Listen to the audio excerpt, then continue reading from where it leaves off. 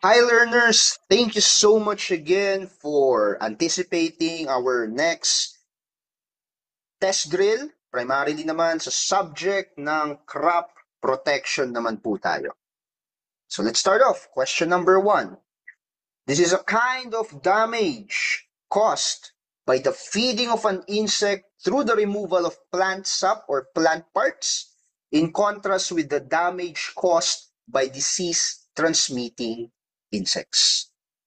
So the question is asking a particular situation kung saan the damage is caused by the insect feeding on the plant, in contrast or in comparison, or not in comparison, parang kino-contrast niya yung kind of damage na yon, feeding of the insect, doon sa damage that is caused by the insect transmitting diseases doon sa iyong halaman.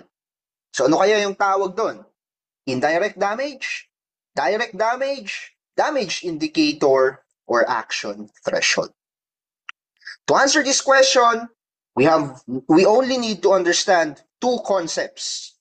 The concept of direct damage and indirect damage. So kapag sinabi nating the damage that we're talking here is damage caused by your insects. Okay? So kapag sinabi natin the damage is direct, this is the harm caused by the insect's feeding activity. For example, pumunta ka sa iyong petchay farm, nakakakita ka dun sa mga petchay ng uod, and then itong mga uod na to, they are chewing and eating the leaves of your petchay. So that's a direct damage. Nabubutas yung dahon ng petchay dahil kinakain nila at ninunguya nila. For example, pumunta ka naman sa beans farm mo, nakakita ka ng aphids, nakadikit doon sa stalk ng iyong mga beans. And anong ginagawa nila doon? They are sucking the plant sap. So, by sucking the plant sap, nagkakaroon din ng damage yung halaman mo. So, this is a direct damage to your plant. In contrast to indirect damage, yan yung secondary effect na ng insect activity. So, for example, itong beetle na to, kumakain siya, beetle ba yan? Yeah, mukha siyang beetle, kumakain siya ng halaman doon sa halaman ng kapitbahay mo. Yung halaman ng kapitbahay mo, tinamaan ng sakit. Pumunta ngayon doon sa iyong halamanan, yung beetle, yung same beetle na kumakain doon sa halaman ng kapitbahay mo. Ipinasa niya yung sakit ng halaman na galing sa kapitbahay mo doon sa garden mo. So ang tawag naman doon, indirect damage. So basically, the damage is not because of feeding, but rather because of the transmission of disease. So balikan natin yung question. So yung kind of damage na hinahanap natin is the feeding of an insect. So ang tamang sagot doon, direct damage. O how about doon sa term na pinagkontrasta niya, the damage caused by disease-transmitting insect? Indirect damage naman po. So the damage caused by disease-transmitting insect, indirect damage naman yon. Okay? Now, how about the other terms dito, like damage indicator? So damage indicator is just a term that is referring to the sign or symptoms that show that some damage has occurred. So ang damage indicator is, pinapakita lang niya na may damage yung garden mo, yung mga halaman mo, and kaya siya naging indicator because it indicates to the farmers to manage or at least control the population of that insect pest. Action threshold naman, yan ay part ng integrated pest management. And this is a concept used to determine kung gaano ba dapat kataas yung population ng insect pest before ka mag-take ng action. So yun yung action threshold. Kumari, ang action threshold mo is that dapat sa bawat dahon ng halaman nakakakita ka ng 5 insekto. Nagkataon, sa bawat dahon na binulatlat mo and tinesting at inobserve mo, may mga 6 or 7. So, ibig sabihin, lampas ka na doon sa action threshold, you need to do something now to stop pest infestation sa iyong garden or farm. Next question. A seed with a virus is an important source of infection since the seed introduces, so that's blank. So the scenario here is a seed with a virus. A seed with a virus daw is a source of infection kasi it introduces, letter A, the virus into the crop at a very early stage. Letter B, a concentrated foci or infection throughout the crop. Letter C, the virus into the crop at all stages of the crop. Or letter D, the virus into the crop during its reproduction stage. O isa-isahin natin lang i-analyze yung mga option. O, so letter A, sabi niya, the virus into the crop at a very early stage. Ano ibig sabihin yan? This means that the virus is already present doon sa halaman natin from the beginning of its growth pa lang. So potentially, it would affect the plant throughout its entire life cycle. Yun yung ibig sabihin ng letter A. How about letter B? A concentrated foci of infection throughout the crop. Now this suggests that the infected seed could lead to localized spots of infection that would spread throughout the crop. So localized because of the word foci here. How about number 3? The virus into the crop at all stages of the crop. This one, it implies na yung virus natin could be introduced at any stage of the plant growth, not just from the seed. And letter D, the virus into the crop during its reproduction stage means na yung virus would only affect the crop during its reproduction phase, which is generally ang reproduction phase sa isang halaman is nasa end na ng kanyang life cycle. So, alin dyan ang tamang sagot? Remember the seed has the virus. So if the seed has the virus, it now means that this crop will be infected at a very early stage. Diba? So, dahil yung crop mo, right?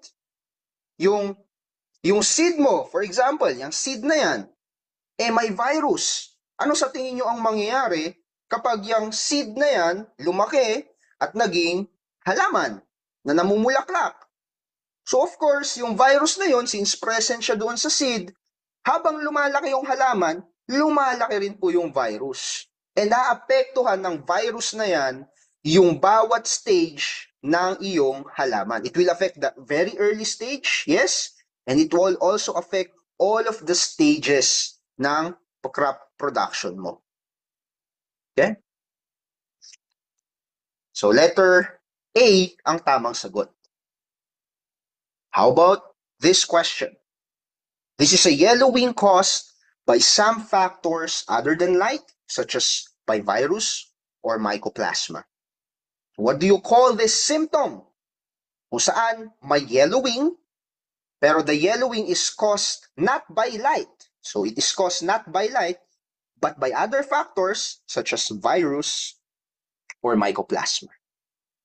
Isa-isahin natin yung mga choices para masagot natin itong tanong na to. Unang-una, necrosis.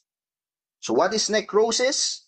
Basically, this is the death of plant tissues resulting in dark, dead spots rather than yellowing. So sa necrosis, wala kang yellowing na makikita, but rather ang makikita mo dyan is black or brown spots.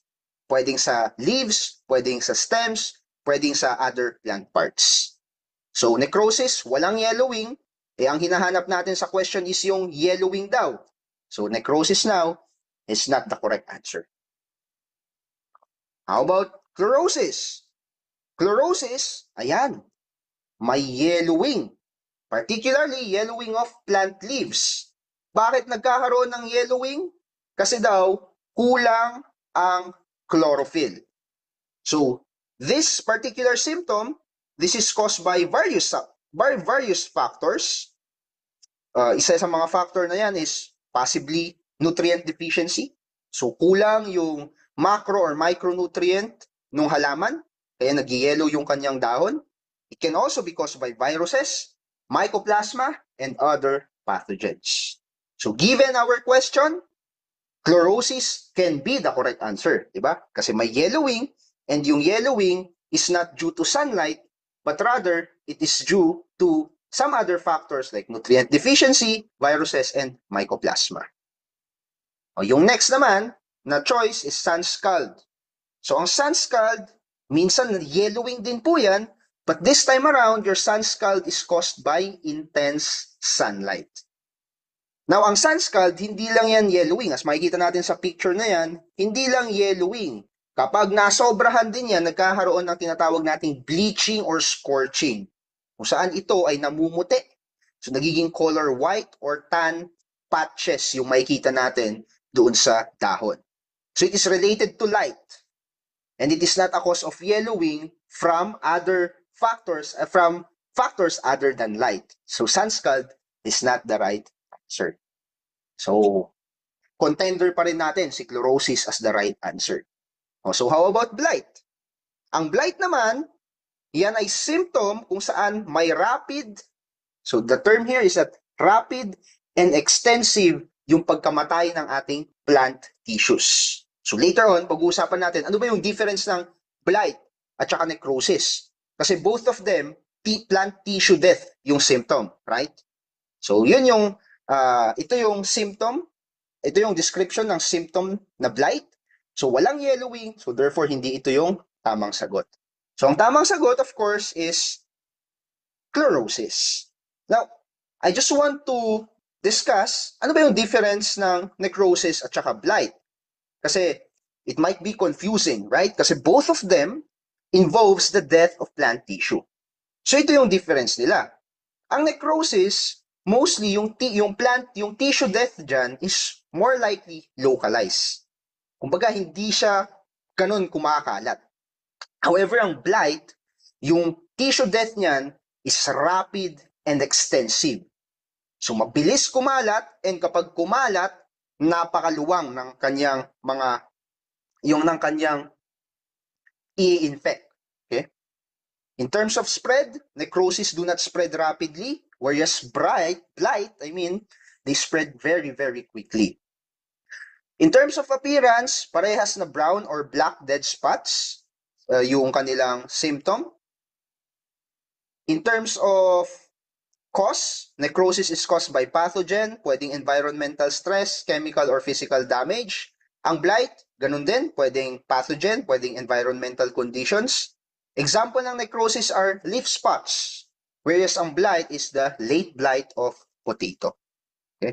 Now, isa rin palang karakteristik ng blight na wala sa necrosis. Ang necrosis kasi, localized black or brown spots. Ang blight, bukod sa may spotting na nangyayari, nagkakaroon pa ng widespread discoloration and wilting. Kumbaga, nagbabow down yung ating halaman. Kumbaga, para silang nalalanta kapag may blight yung ating halamanan. So, yan yung difference between necrosis and blights. The correct answer is chlorosis. This is a yellowing caused by some factors other than light. Next question. Flagellation pattern characterized by the presence of a single flagellum. Okay?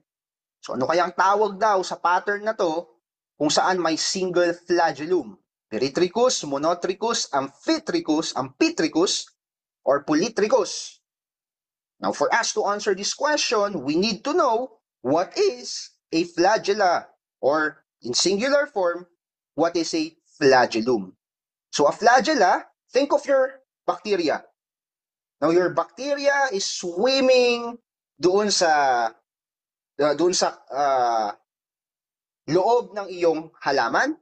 And in order for them to move, in order for them to be mobile, kailangan may nagpo-propel sa kanila.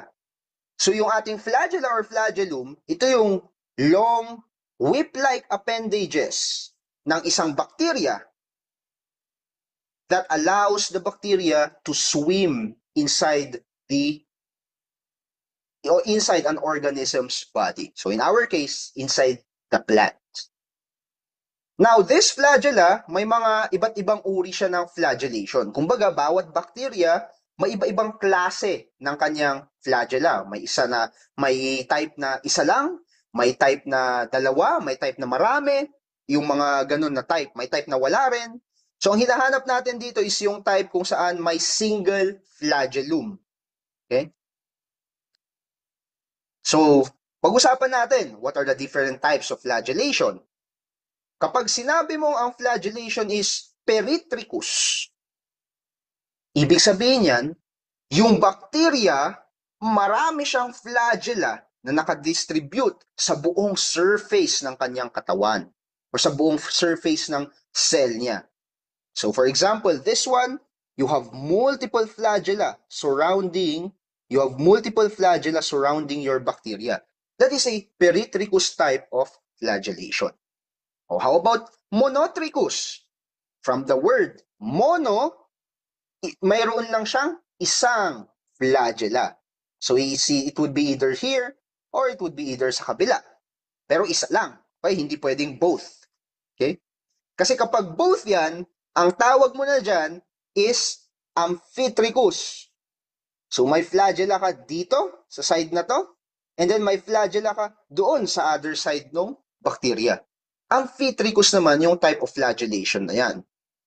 Kapag sinabi naman nating Lophotricus, ito yung bacteria kung saan doon sa one end niya, doon sa isang side niya, may napakadaming flagellum. So ito, for example, yan. This one is a Lophotricus flagellation. Yung one side ng bacteria ay may multiple flagella. And meron din naman tayong tinatawag na atricus. Yan yung mga bacteria na walang any sort of flagellation. Okay? Now, given that we have discussed the different types of flagellation, then the answer now for the flagellation pattern with a single flagellum is very simple. It's monotricus. Again, ang peritricus, madami, nakasurround sa katawan ng cell, sa katawan ng bacteria, sa cell ng bacteria, or sa bacteria, I mean. Amphitricus, mayroon kang monotricus, pero both ends. So may doon sa one side ng bacteria, may flagella, doon sa other side niya may flagella, amphitricus yan. Polytricus naman, hindi yan right na term, so wala tayong polytricus na term. Ang tamang term is peritricus. Okay? So amphitricus, monotricus, and peritricus lang yung tamang term dyan. Letter D will now be cancelled or eliminated. Especially as I have discussed, wala yan doon sa type of flagellation natin. Okay, now this one is a tricky question. Sabi niya dito, fungi in the Philippines reproduce mainly by forming sexual spores, asexual spores, mycelia, or endospores. So remember here, we are talking about reproduction of fungi. Now, when we say reproduction, especially with our various lessons in botany and zoology, alam natin that there are two types of reproduction. It would be sexual and asexual, right? So given that, A and B would be the only choice. Mycelia, we know that this is a vegetative part of a fungi, which is, mycelia is a network of hyphae basically, and crucial yan sa nutrient absorption ng ating fungi. So this is a part, not a form of reproduction. So mycelia now is wrong. How about endospores? Ang endospores, hindi yan pinuproduce ng fungi. Ang pinuproduce ng fungi ay spores. Ang endospores ay pinuproduce ng alin? Anong pathogen? It is produced by your bacteria.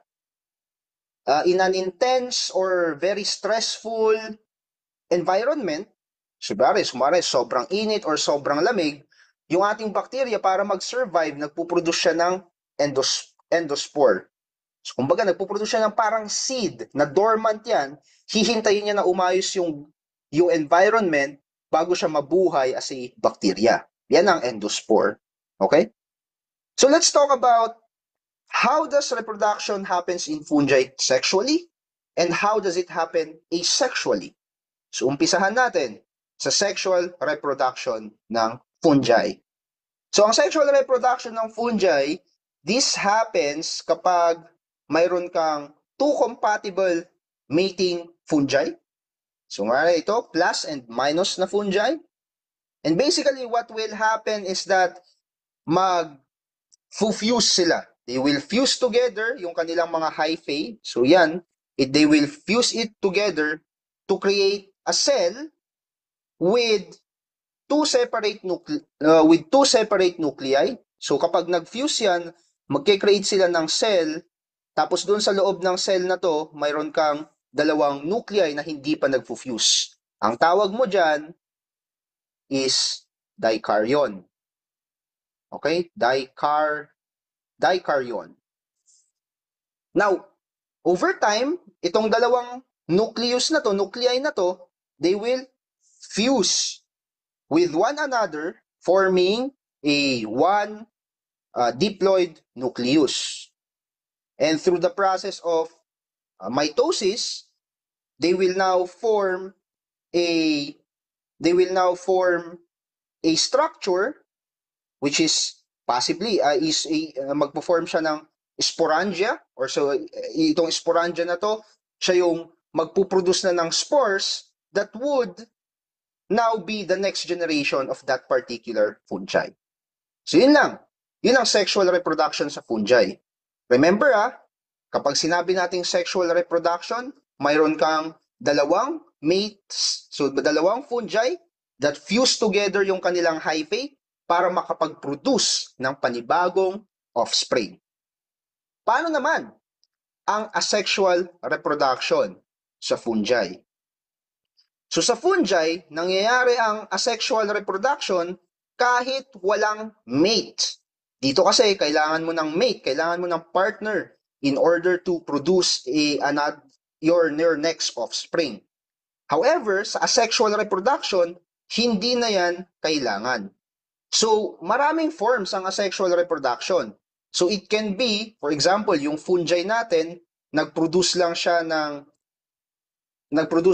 reproductive structure which is called conigifor. Tapos yung conigifor na yan, nagpuproduce siya ng spores, yun na yung asexual reproduction. So yan, conigifor yan, yung parang nagbabranching out na structure ng fungi that is related to the reproduction of spores. Different siya from sporangium or sporangiospores, kasi ang sporangiospores, ganito naman yung klase, ganito naman yung style ng kanyang structure. So, kumbaga parang it is covered, the tip of the hyphae is covered by something na parang naging ulo siya. Ito, kalat-kalat. Ito, naging ulo siya. Pero ang purpose lang din ng sporangiospore mo is to produce the fungi as well. Okay? Pwede rin, asexually, yung mga fungi natin, they can produce through basic binary fission. So parang yung bacteria. So mayroon kang fungi siyan, bigla na lang siyang mahati. So mayroon ka ng dalawang fungi. Pwede rin yon sa case ng yeast. Kumbaga, pwede rin yung tinatawag nating fragmentation. Yung fragmentation, mayroon kang mahabang hyphae dyan, tapos maya-maya mapapansin mo yung hyphae na yon napuputol-putol. So nafa-fragment, and yung isang fragment na yan, bawat fragment, nagiging isang fungi. So all of these types of reproduction, they are under the asexual reproduction type of fungi.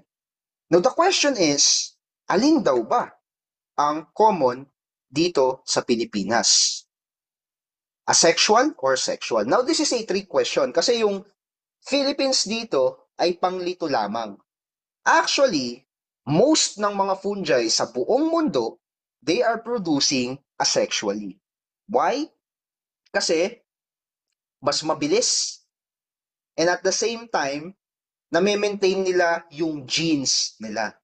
Ang asexual reproduction kasi, it is efficient way of reproducing yung kanilang offspring.